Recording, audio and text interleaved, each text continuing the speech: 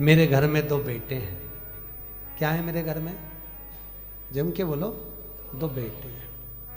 वाह। और तेरे यहां तो क्या भगवान की कृपा है, मेरे घर में ये 2 मेरी बेटी है किए देखिए।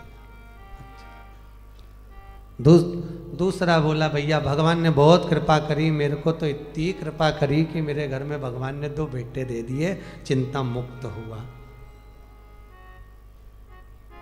दूसरा जो खड़ा था उसकी आंख में आंसू भर गए, मेरे घर में 2 बेटियां हैं। फिर बोला अच्छा हुआ भगवान ने मुझे बेटे दिए। कहाँ? बेटियों पढ़ने जाए, कॉलेज जाए, उनको लेने जाओ, छोड़ने जाओ, उनका ध्यान रखो, इसलिए अच्छा है घर में बेटे हो गए। भगवान ने अच्छा मेरे घर में बेटी नहीं दी। इतने में पास में बेटी खड़ी थी, बेटी ने अंकल का कुर्ता खींचा। अंकल, ओ अंकल। हाँ बेटा बोल। अंकल, भगवान बेटी हमेशा मन वाले को, दिल वाले को और किस्मत वाले को देता है, भगवान बेटी कभी भिखारी को नहीं देता। वो छोटी सी लड़की ने, छोटी सी बेटी ने अंकल का कुर्ता खींच कर दी, कहा कि भगवान बेटी हमेशा दिल वाले को, किस्मत वाले को, भाग्य वाले को देता है, भिखारी को नहीं देता।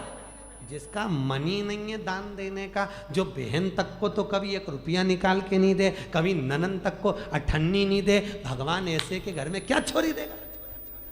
क्या देगा? भगवान बेटी उसको देता है जिसका मन बड़ा। बेटी आ रही है, देव भाग्य से।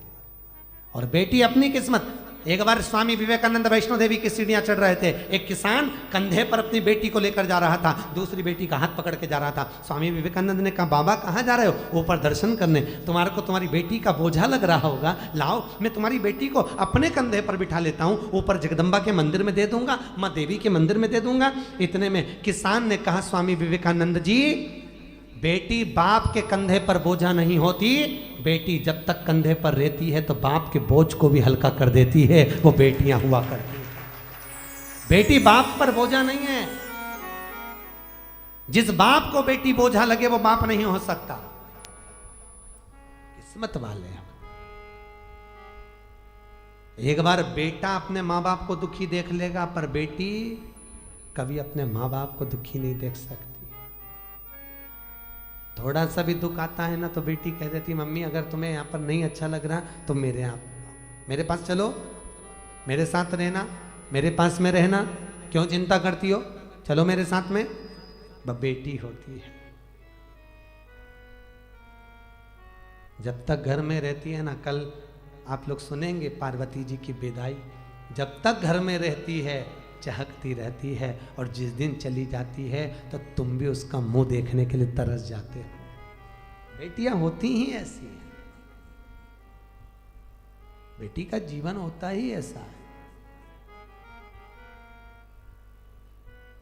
मायके में रहती है तो जब तक कुंवारी रहती है पिताजी के साथ में बैठकर भोजन करती है, बाप के लिए आगे आगे बढ़कर, पिताजी थक के आए चाय ला कर दे देगी, जूस बना कर दे देगी, दूध ला कर दे देगी, पापा से पूछ लेगी पापा कुछ थके हुए लग रहे हो, बहुत काम रहता है, मत करा करो इतना, क्यों करते हो पापा, टाइम नहीं मिलता, थोड़ा सा तो घर में रहा करो। बेटी एक ऐसी होती है जो बाप से आगे रहकर पूछ कर उनकी सेवा कर देती है, और एक बहू होती है घर में रहती जरूर है पर पति के लिए सब कुछ कर सकती है, पर जब ससुर थका मांदा आएगा पानी भी लाएगी तो टाइम देख कर लाएगी, चाय भी बनाएगी टाइम देख कर बनाएगी, और विचार करेगी कि सास बना दे तो सबसे अच्छा। परंतु एक बेटी होती है जो समय पर पिताजी को दवाई लेना है, और आज भी बेटी की भले शादी हो जाए पर बार बार फोन लगा कर बोलती है पापा शुगर बढ़ जाएगी, दवाई ले लेना, वो डॉक्टर बहुत अच्छा आया है उससे ले लेना, वो महाराज आए हैं उनसे मिल लेना। बेटी एक ऐसी होती है जो बाप के लिए तत्पर रहती है,